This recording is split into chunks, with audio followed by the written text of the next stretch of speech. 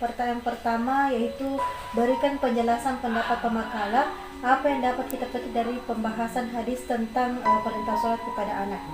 Adapun jawabannya ialah adapun yang dapat dipetik dari makalah kami adalah memberikan pengetahuan dan informasi kepada orang tua dan calon orang tua bahwa orang tua bertanggung jawab untuk merintahkan sholat pada anaknya sejak usia 7 tahun, bahkan memukulnya jika perlu ketika sudah sampai usia 10 tahun.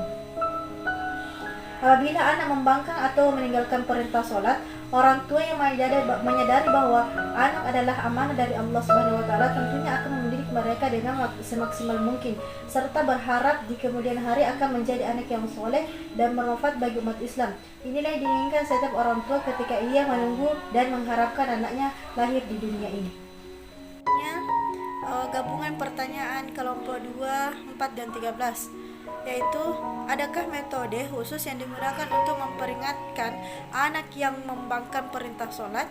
Jika ada, metode seperti apa yang digunakan agar berhasil mendidik anak dalam melaksanakan sholat?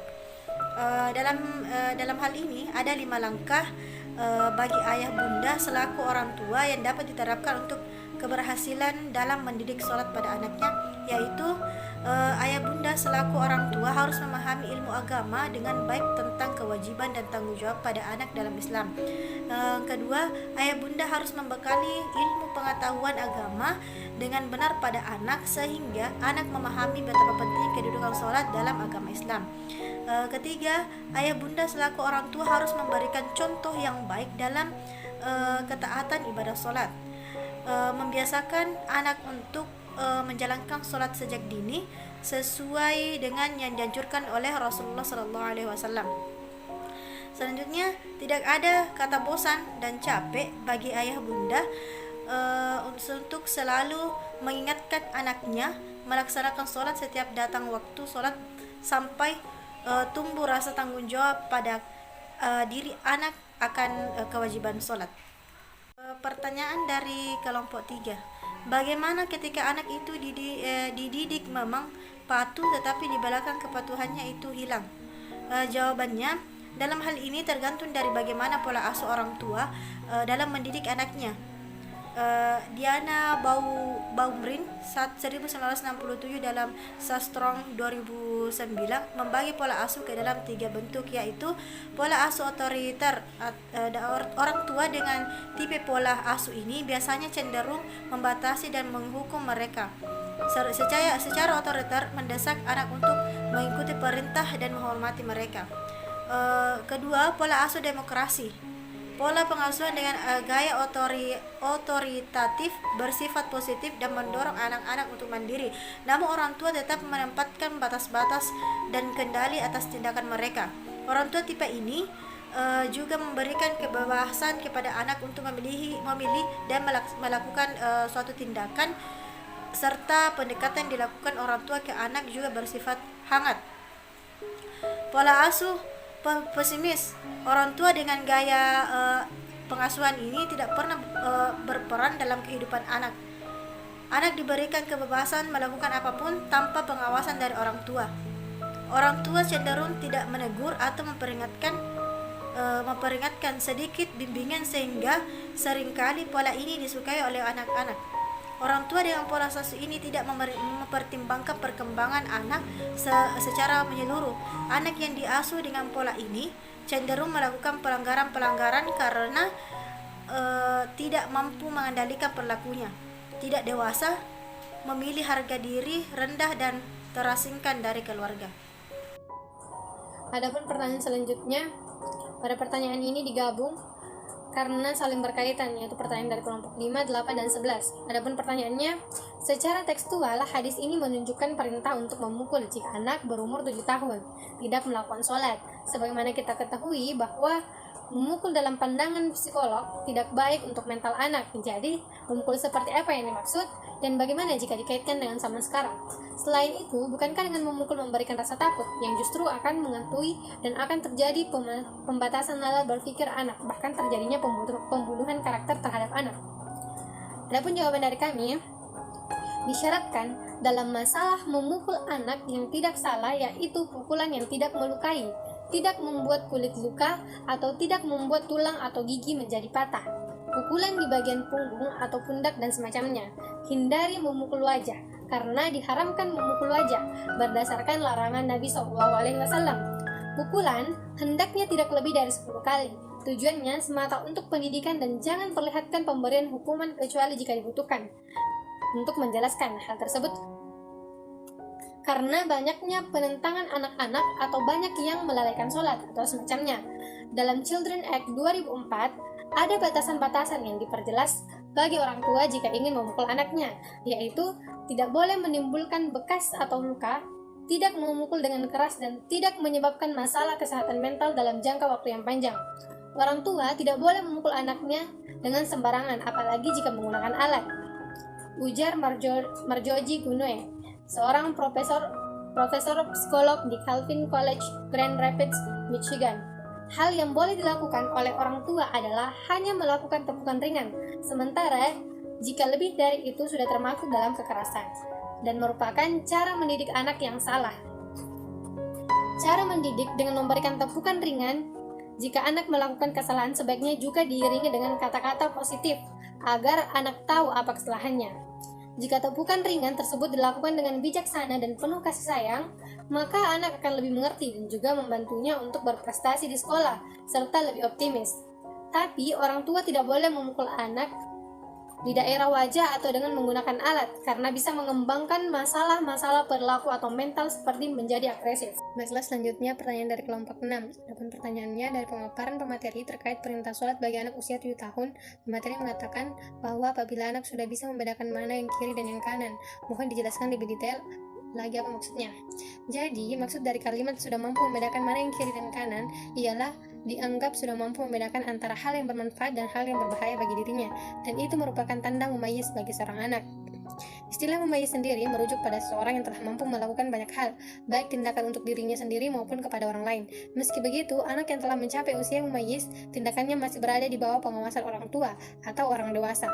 Seorang mumayyiz disebut sudah sempurna kemampuan fisiknya, otak dan mentalnya jika mereka sudah memasuki usia balik. Usia balik dapat dimaknai sebagai sebuah masa di mana seorang mulai dibebani dengan beberapa hukum syara.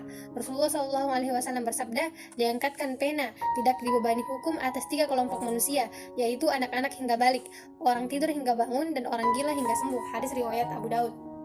Adapun pertanyaan selanjutnya dari kelompok 7. Bagaimanakah perbedaan masalah mental dan kejiwaan anak usia 7 tahun dan orang yang sudah dewasa? Adapun perbedaan gejala masalah mental anak dan orang dewasa, yakni pada gejala gangguan mental pada anak bentuknya berbeda-beda, tergantung pada jenis gangguan mental yang dialami. Namun beberapa gejala yang umumnya terjadi antara lain: 1. Ketidakmampuan untuk menghadapi masalah dalam kegiatan sehari-hari. 2. Perubahan kebiasaan tidur atau makan. 3. Adanya keluhan penyakit fisik yang berlebihan. 4. Menentang peraturan, bolos sekolah, mencuri, merusak barang. 6. Memiliki ketakutan yang kuat untuk menambah berat badan. 6. Pemikiran negatif jangka panjang. 7. Ledakan amarah yang sering terjadi tanpa sebab. 8. Penurunan prestasi di sekolah seperti menurunnya nilai. 9. Kehilangan minat untuk bermain dengan teman-temannya atau kehilangan yang biasa dilakukan. 10. Lebih sering menghabiskan waktu sendiri. 11. Cemas yang berlebihan. 12. Hiperaktif. 13. Mimpi buruk terus-menerus. 14. Perilaku yang agresif dan sulit diatur. 15. Berhalusinasi. Kemudian, ciri gangguan kesehatan mental pada orang dewasa. Sebenarnya jika berbicara mengenai gangguan kesehatan mental, jenisnya ada banyak sekali. Beberapa yang umum terjadi adalah depresi, gangguan bipolar, gangguan kecemasan, PTSD, OCD, dan psikosis. Ada jenis gangguan kesehatan mental yang hanya terjadi pada suatu kelompok orang. Misalnya, postpartum depression yang hanya terjadi pada wanita setelah melahirkan. Meski jenisnya banyak, ada beberapa gejala umum yang dialami seseorang yang mengalami gangguan kesehatan mental. Gangguan kesehatan mental juga bisa memengaruhi kesehatan fisik. Adapun gejalanya, yakni merasa sedih berkepanjangan, kadang tanpa sebab yang jelas, mati rasa atau tidak peduli dengan lingkungan sekitar, merasa lelah yang signifikan, tidak berenergi, dan mengalami masalah tidur.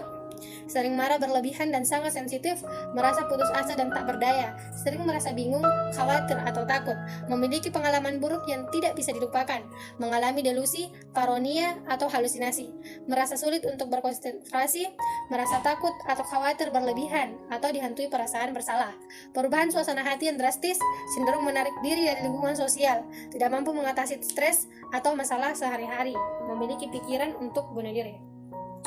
Kemudian pertanyaan dari kelompok 10. Seperti yang kita lihat saat ini, banyak sekali orang tua yang memiliki kesibukan luar biasa sehingga terkadang tidak memiliki waktu yang cukup untuk mengajarkan anaknya melaksanakan sholat.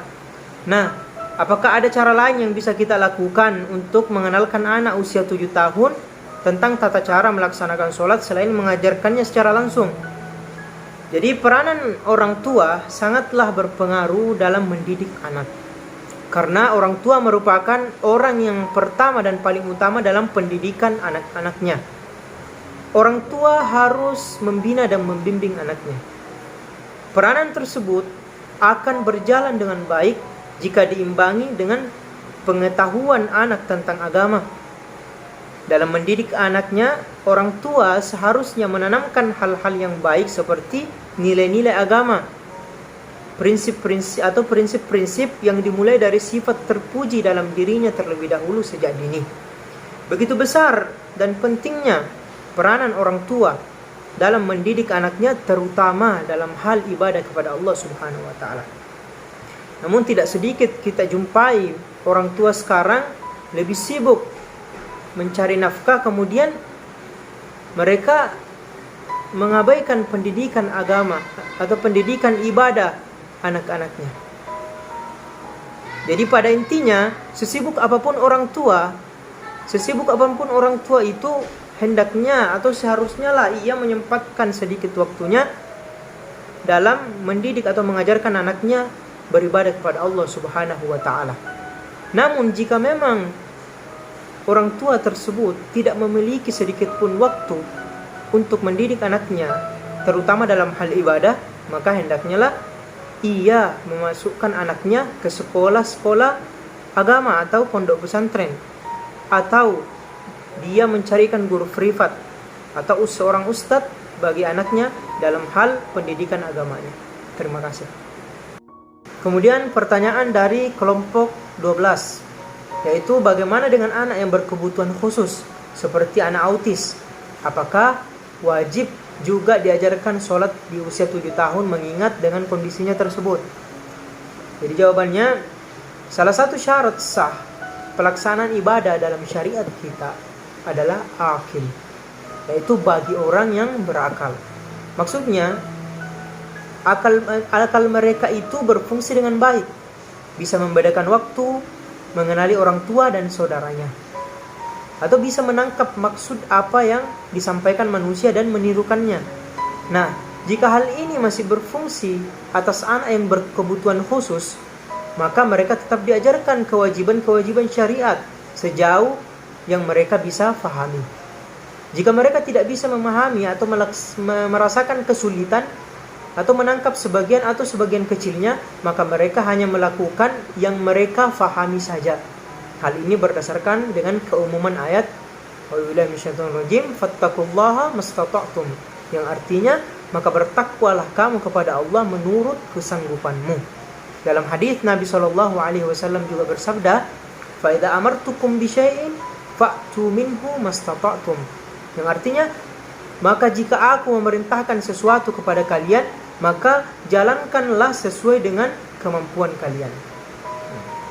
Jadi adapun bagi anak yang berkebutuhan khusus yang akalnya masih berfungsi dengan baik dan normal, mereka hanya kekurangan pada fisik, baik pada mata, tangan ataupun kaki, maka mereka tetap mendapatkan kewajiban dan menjalankan sesuai kondisi mereka. Dan namun hendaknya lah kita sebagai orang tua itu mengajarkan mereka dengan baik, sabar dan penuh kasih sayang. Terima kasih.